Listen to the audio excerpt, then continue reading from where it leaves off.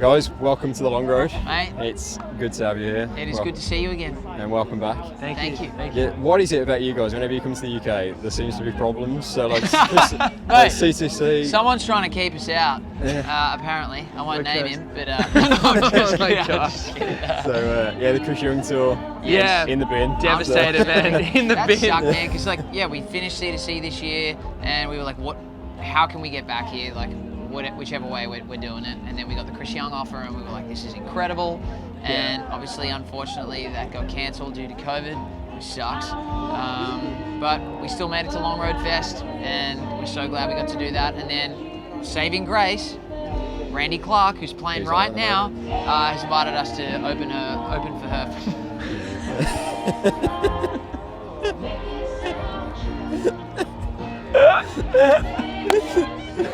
Trying to try that again, Mitch.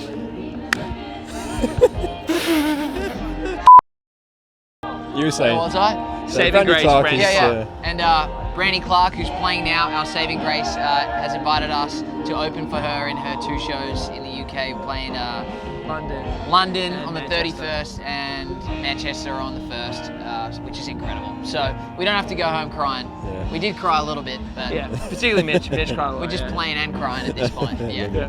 And that's definitely staying in. Yes. That's not coming out. The EP came out this week. Yes, sir. Love it, boys. Yesterday. Love it.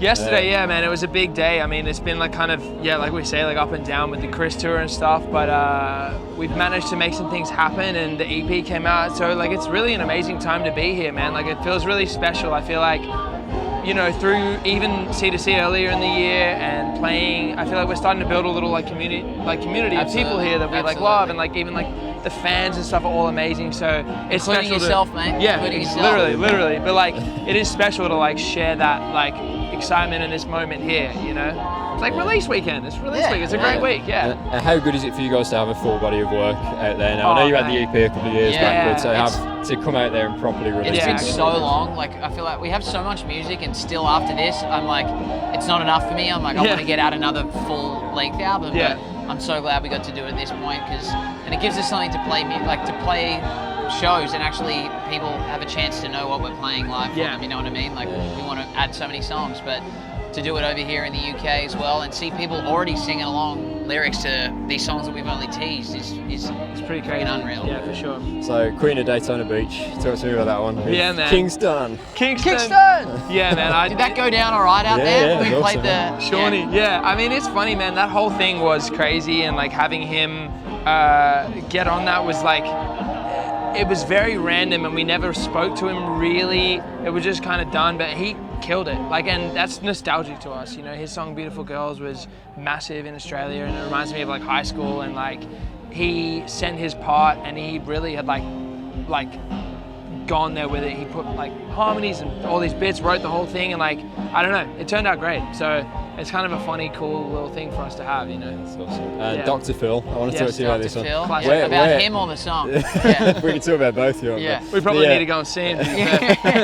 But where on earth does that concept come from? So we wrote that with Ernest and our buddy Rocky Block, who we wrote Daytona Beach with, and most of the EP, honestly. But we originally had a write. Most of the writes start in Nashville at 11 a.m. Ernest said he couldn't make it. He had a doctor's appointment or something. He was like, should we do it at 8 a.m.? And we were like, sure, why not? 8 a.m. session. We ended up getting in, knocking it out in 2 hours. It ended up just being such a fun session. I've never written at that time, and we hadn't worked with Ernest before, and it was just like a day. We all were just vomiting out so many melodic ideas. Ernest is incredible, and I think someone at some point said Dr. Phil. Well, no, because the whole thing at the top of the chorus is I don't need nobody else or whatever, and then it was going to end with and I don't need nobody else, and that was it. And then we joked about I'll be my own damn Dr. Phil, and we're like, funny, and then whatever, and then we were like, that kind of makes the whole song. So we were like, let's just do it. So we did it. So it's maybe about working with Ernest, because he seems to be everywhere at the moment. He's the dude in Nashville for writing songs. So. He's become a buddy of ours, and we've done some shows with him and stuff, and he's super nice guy, very, very prolific.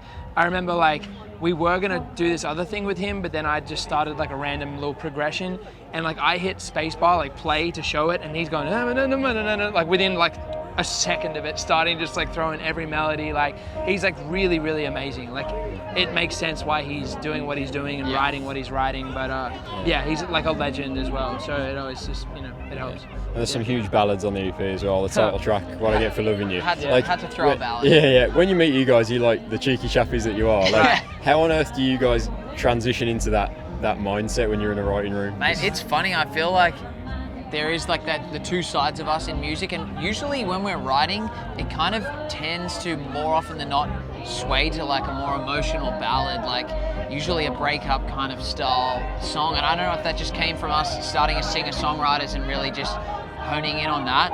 But if we start a song on piano or guitar, it's always going in that kind of lane, unless like Tom's producing everything right now, and if he comes up with like a full track that already has that energy, then it kind of leads it into that more like up-tempo kind of fun vibe. But if we start something organically, it usually falls into that vibe. But not in this case, because What I Get for Loving You actually started as a complete hip-hop track that we were writing for someone else until we took it into a session with our buddy Rocky, and he was like, whatever this is, let's write it.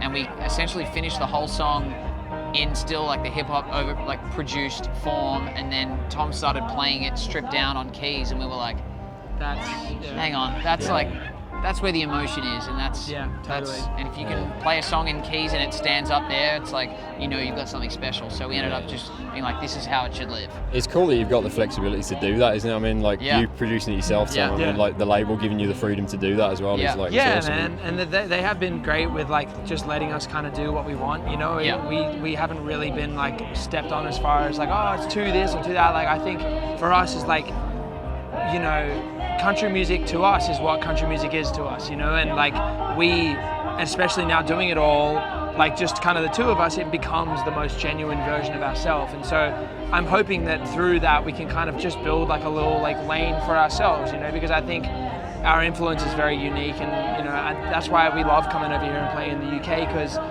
a lot of our influence is UK, whether it be like culturally or musically or anything. So like, we absolutely love it. So. And you're heading to Australia pretty soon, aren't you? Doing a home tour. Weirdly, our first ever Australian tour, which is so strange since we grew up there and have been there our whole life. But yeah, it was we were originally going back in 2020. That got cut short for obvious reasons, but finally rebooked that. That's why we called it the About Time Tour, because it's about freaking time we got back and playing. And it's going to be like the first chance for most of our family and friends to actually see us live too. And so with that, it comes a little more pressure.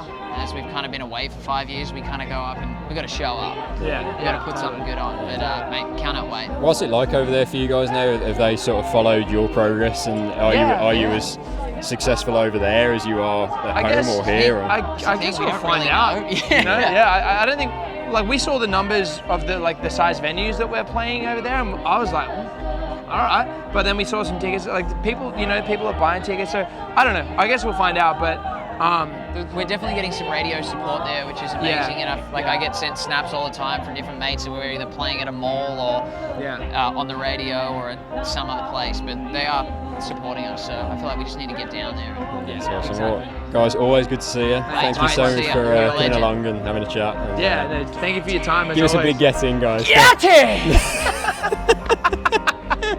Amazing.